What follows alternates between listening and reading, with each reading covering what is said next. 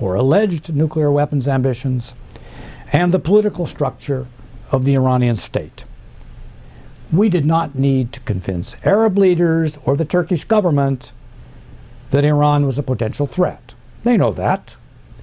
The hard task is to convince them that the United States has a realistic strategy to reduce the threats from Tehran, and that we are prepared to join them in long-term measures that would deter the worst kind of Iranian threats and increase their security during the 21st century, rather than expose them to Iranian revenge when the United States loses interest after a decade of confrontational rhetoric and military adventures.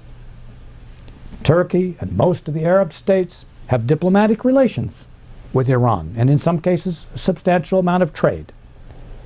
They look at the U.S. containment of the Soviet Union as a model for the kind of relationship that we ought to have with Tehran, and of course that includes a diplomatic component and more normal relations. We know that Iran can use many means other than nuclear weapons to press its ambitions for regional influence, and that some of these means are just as unacceptable to our regional partners as nuclear intimidation.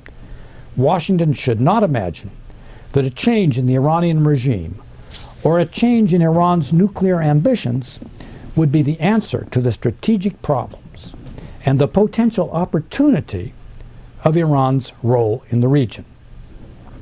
Eventually, Iran's legitimate security interests must be satisfied, but in a manner that does not include and that excludes Iranian behavior aimed at dominating its neighbors. The Obama administration seems